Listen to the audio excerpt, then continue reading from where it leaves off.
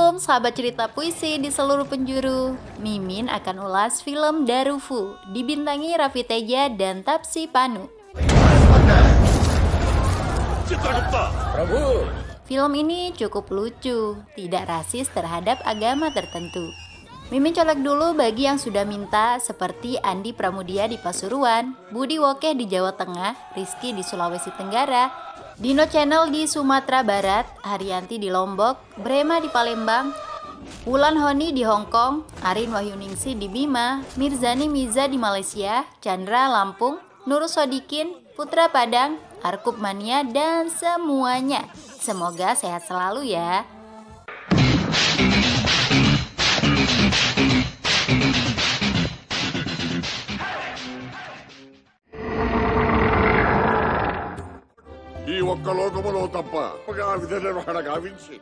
Dewa Yama atau Dewa Kematian merasa sudah lelah mengurus dunia. Dia akan beristirahat di surga, termasuk bersama Citragupta selaku Dewa Pencatat Amal Manusia. Anaknya Yama Junior akan melanjutkan tugas. Yama Junior berjanji akan memenuhi tanggung jawab itu dengan baik. Ada satu pesan Dewa Yama kepada anaknya, untuk berhati-hati mencabut nyawa orang yang berbahasa Telugu. Karena dulu beberapa kali orang Telugu pernah berulah di akhirat, sampai-sampai neraka disegel dengan dalih melindungi manusia. Yama Junior meminta agar Citragupta yang berpengalaman tetap menemaninya. Citragupta menjadi kesal karena tidak jadi ikut istirahat ke surga. Dia ingin memberi pelajaran kepada Yama Junior dengan membawakan seorang pendosa paling menakutkan dari Chennai. Orang itu adalah Bulet Raja, diperankan Raffi Teja. Dia baru keluar penjara untuk ke-100 kalinya. Itu adalah prestasi membanggakan bagi seorang penjahat. Raja suka berbuat onar, hobi memancing keributan, dan bahagia melakukan kejahatan. Bersama temannya, Hawaja, dia hidup sesuka hati. Mereka tidak memiliki keluarga karena yatim piatu. Saat mencuri di sebuah acara pertunangan, Raja jatuh cinta kepada calon pengantin wanita, Sweta, diperankan Tappsi Pannu. Tanpa rasa takut, Raja mengungkapkan langsung kalimat I love you. I love you. Semua orang yang ada di tempat itu tercengang. Calon suami Sweta, Harbor Babu, sangat murka. Apalagi Babu adalah gangster kejam yang biasa membunuh.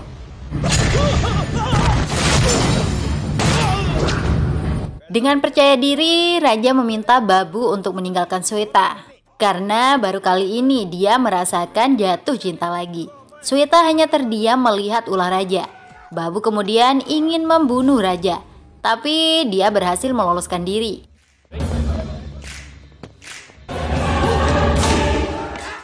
Babu dan Sweta akhirnya melanjutkan pertunangan.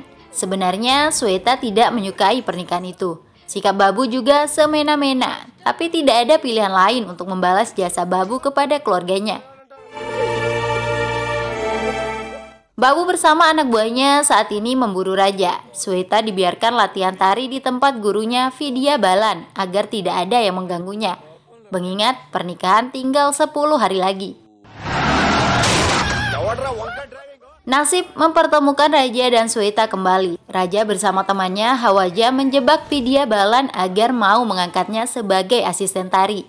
Tentu saja tujuan Raja untuk bisa lebih dekat dengan Sweta.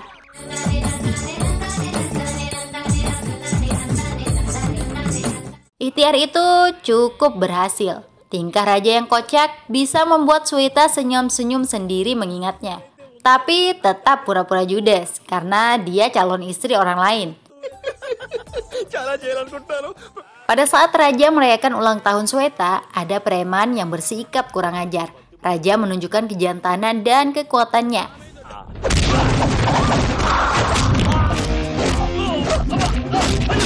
Senyum indah terlihat di wajah Sweta. Benih-benih cinta pun mulai tumbuh bermekaran. Raja bergerak cepat, dia membawa Sweta pergi bersamanya. Babu yang marah ditantang untuk datang. Keberanian raja membuat Sweta tenang dan semakin mabuk kepayang. Babu bersama anak buahnya datang ingin merebut Sweta. Raja menghadapi mereka semua. Untuk pertama kalinya, raja akan bertarung atas nama cinta. Dia sangat bersemangat menghajar siapa saja.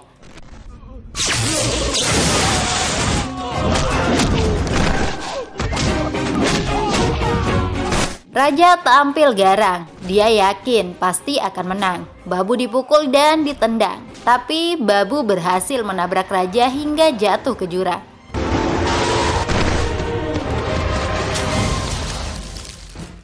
Raja belum mati, dia masih kuat untuk bertahan hidup. Tapi Dewa Citragupta membuat mobil jatuh menimpa raja. Ledakan terjadi, raja langsung meninggal. Roh raja dibawa ke tempat pengadilan Dewa Yama. Hentakan kaki raja membuat tempat itu langsung bergetar.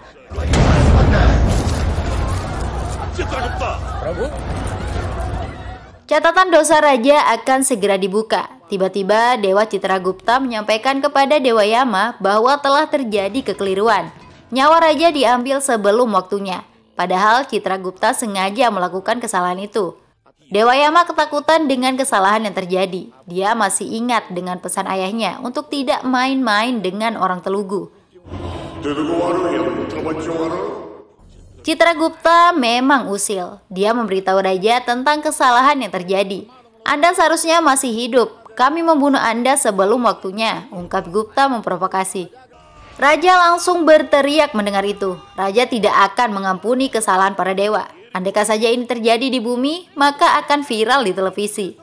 Dewa Yama tidak ingin masalah menjadi panjang. Untuk menebus kesalahan itu, raja akan dikirim kembali ke bumi. Dewa Yama juga melayani raja dengan baik agar tidak marah-marah lagi. Ayah Dewa Yama datang membantu menyelesaikan masalah. Dijelaskan bahwa Dewa Brahma menciptakan 7 orang yang mirip di dunia. Masih ada 3 orang yang mirip dengan raja di bumi. Ada yang menjadi teroris, prajurit Cina, dan Menteri Dalam Negeri Andhra Pradesh, Ravindra. Menjadi Ravindra paling disukai oleh raja. Sosok Ravindra adalah iblis berwajah malaikat. Dia pejabat rakus, jahat, dan korup. Jabatan Mendagri bisa didapatkan, tidak lepas dari jasa ayahnya dulu, politisi jujur yang dicintai rakyat. Ravindra bersama teman-temannya, Balram, Santaram, dan Fapitrananda telah banyak melakukan korupsi. Target Ravindra ke depan adalah menjadi CM atau Kepala Menteri. Meski jahat, Ravindra sangat dicintai rakyat karena dianggap orang baik. Masyarakat meminta bantuan Ravindra ketika tempat tinggal mereka akan digusur pengusaha asal Malaysia. Tapi pengusaha itu memberikan uang suap yang sangat besar untuk memuluskan proyeknya.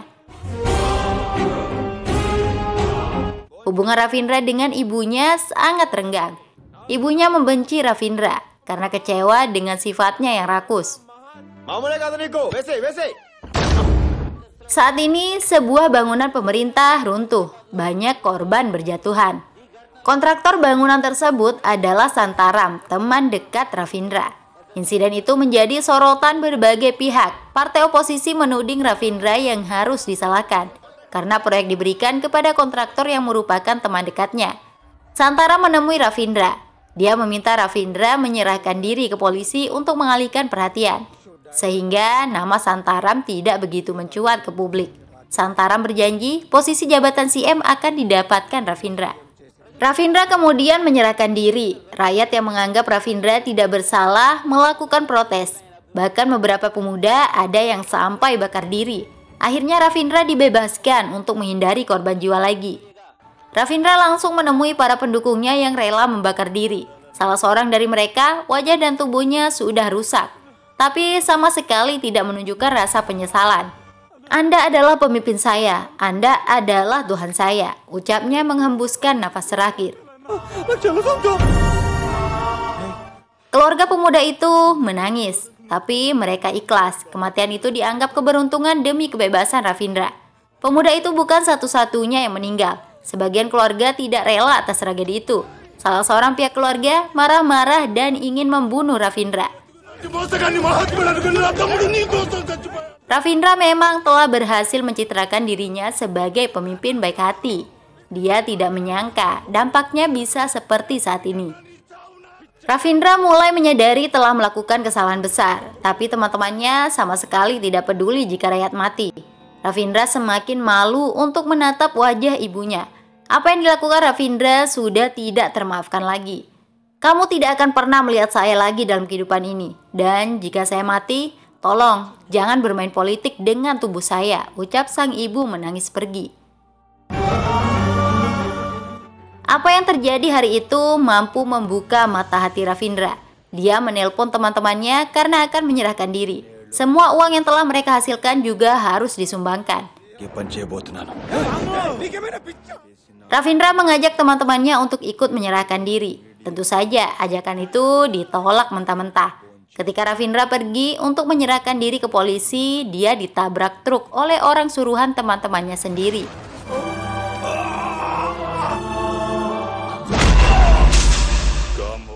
Ravindra dipastikan sudah tewas.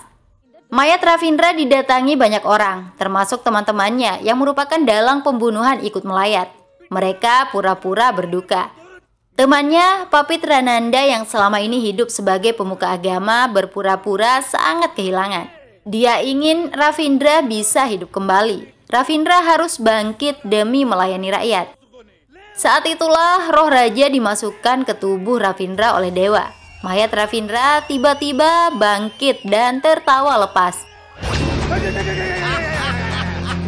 Dialah raja yang kini menjadi Ravindra. Semua orang dibuat kaget. Ravindra alias raja mengaku hanya berpura-pura mati. Dia langsung menebar ancaman bagi orang-orang yang datang dengan air mata buaya.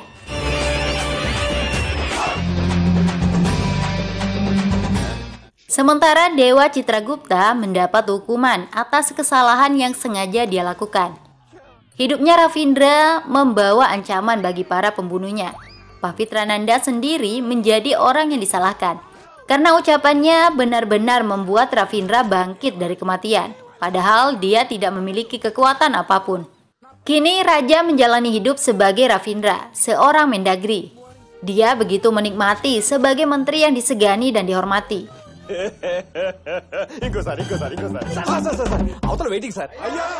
Langkah pertama yang dilakukan menghentikan proyek pembangunan pabrik milik pengusaha Malaysia. Selanjutnya, mendatangi teman-teman Ravindra yang merupakan dalang pembunuhan. Mereka diingatkan untuk menyumbangkan semua uang haramnya. Ketika Ravindra bersama si M di jalan, ada ambulan mogok. Ravindra dengan cepat menyelamatkan seorang wanita yang akan melahirkan. Tindakan itu membuat Ravindra panen pujian. Si M juga mengingatkan agar Ravindra segera menikah. Itu penting agar semua langkahnya semakin terkontrol. Ravindra alias Raja langsung mengingat tempat asalnya di Chennai. Ada kekasihnya yang selalu berurai air mata setelah Raja meninggal. Nasib Sweta memang malang. Apalagi hari itu dia akan menikah dengan Harbor Babu. Raja pergi ke Chennai yang dianggap sudah mati oleh semua orang. Dia menemui Sweta dan membawanya kabur. Sahabatnya, Hawaja, selalu setia membantu.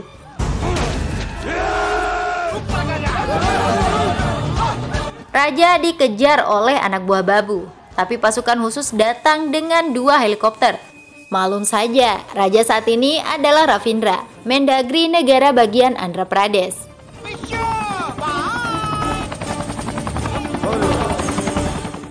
Sweta sangat kebingungan dengan apa yang sebenarnya terjadi. Raja tidak bisa menceritakan apa yang sudah dialaminya karena bagian dari rahasia dewa. Raja kemudian membawa Sweta ke tempatnya. Upaya pembunuhan kembali diterima oleh Raja. Mereka adalah pembunuh bayaran dari Bihar yang membunuh Ravindra. Raja menghajar mereka semua di kuburan.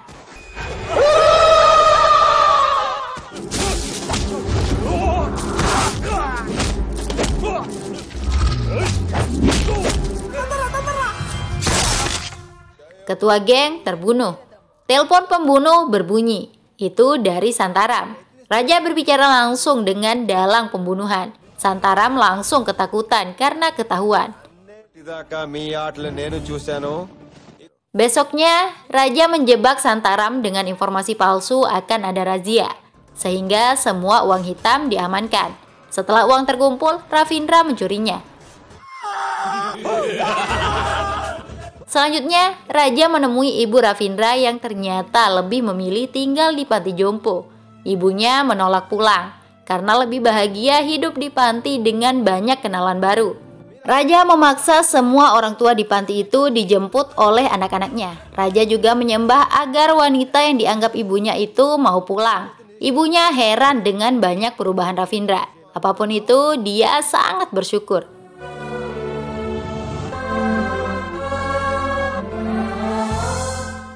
Malamnya, saat kencan bersama Sweta dengan motor, sekelompok polisi melakukan razia. Ravindra yang menggunakan helm dimintai uang suap jika ingin melanjutkan perjalanan. Semua polisi yang bertugas malam itu dihukum. Seorang warga yang menyaksikan tindakan Ravindra sangat bangga. Masalahnya, korupsi terjadi di mana-mana. Raja lalu bertekad untuk menghapus korupsi. Itu TV game show kadu, common man show. Ravindra memperkenalkan skema baru dalam pemberantasan korupsi. Semua masyarakat harus merekam aktivitas korupsi, lalu mengirimkan video itu ke nomor yang sudah disediakan. Maka para petugas akan langsung bergerak mengambil tindakan. Ada hadiah uang bagi masyarakat yang mau membongkar praktik korupsi. Korupsi memang sudah merajalela. Bahkan orang cacat pun harus menyuap agar pegawai pemerintah mau melaksanakan tugasnya. Tim yang telah dibentuk Ravindra menangkap banyak pelaku korupsi berdasarkan informasi dari masyarakat, termasuk di sektor pendidikan yang sedang dijadikan ladang bisnis. Tidak hanya korupsi, setiap kejahatan yang terjadi juga ditindak tegas. Ravindra alias Raja sangat puas dengan hidupnya saat ini. Ibunya juga bangga atas semua tindakan yang dilakukan anaknya. Ravindra sudah menjadi idola seluruh rakyat. Target Ravindra selanjutnya adalah menangkap Balram dan Papitrananda. Cukup mudah bagi seorang Mendagri memenjarakan mereka yang sudah jelas memiliki banyak uang hitam. Ketiga sahabat Ravindra itu kini sudah masuk penjara, tapi mereka dengan mudah bisa keluar penjara dengan jaminan. Malum saja, uang mampu melakukan banyak hal. Sementara Harbor Babu terus mencari Raja dan Sweta. Babu mengejar Raja saat melihatnya di dalam mobil. Namun polisi bergerak cepat menangkap Babu. Saat itulah Babu mengungkapkan bahwa orang yang menjadi Mendagri sebenarnya Bulet Raja. Ucapan itu didengar oleh Balram dan lainnya. Mereka kini sedikit mengerti apa yang sebenarnya terjadi. Raja didatangi langsung ke rumahnya. Mereka tidak lagi memanggil Ravindra, tapi Bulet Raja. Di hadapan ibu Ravindra, Raja difitnah sebagai dalang pembunuhan Ravindra demi uang dan kekuasaan. Ibu Ravindra sangat syok mendengar itu. Raja menjadi terpojok. Tapi hebatnya, ibu Ravindra tetap menyebut bahwa Raja adalah anaknya. Orang-orang jahat itu kemudian diusir pergi. Ternyata ibu Ravindra tahu sejak awal jika Raja bukanlah Ravindra. Seorang Ravindra dinilai tidak mungkin akan menjemputnya ke panti jompo saat itu. Kamu persis seperti apa yang saya inginkan tentang anak saya. Kebahagiaan itu sudah cukup, nak, ucap ibu Ravindra.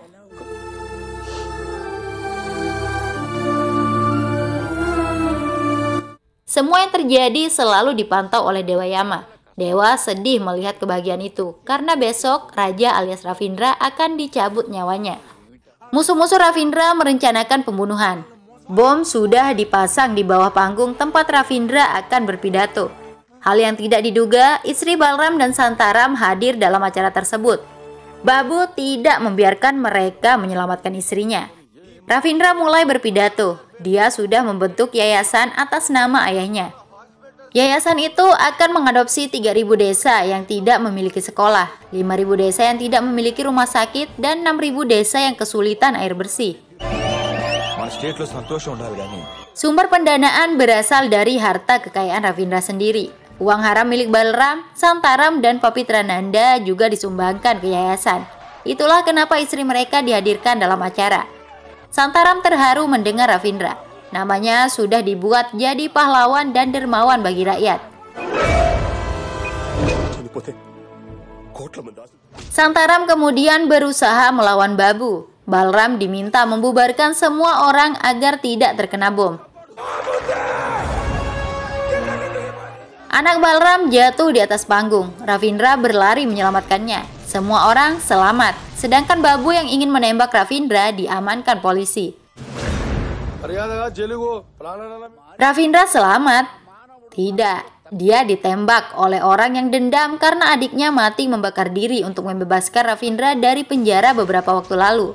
Ravindra terluka parah. Hari itu dia memang ditakdirkan untuk mati.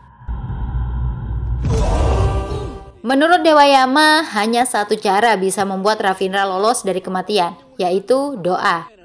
Ya, doa manusia akan bisa mengubah takdir, bisa memperpanjang umur. Kondisi Ravindra sangat kritis. Dia dirawat di rumah sakit. Semua rakyat berduyun-duyun melakukan ritual doa. Pemeluk agama apapun berdoa demi kesembuhan Ravindra. Siang dan malam doa-doa dipanjatkan. Mereka juga mendatangi rumah sakit untuk memberi dukungan. Dan doa terakhir datang dari seorang bayi yang baru dilahirkan. Itu karena Ravindra pernah menyelamatkan seorang ibu yang akan melahirkan. Doa-doa itu mampu memperpanjang umur Ravindra. Dewayama batal mencabut nyawa Ravindra. Semua orang bahagia. Film selesai. Bye-bye.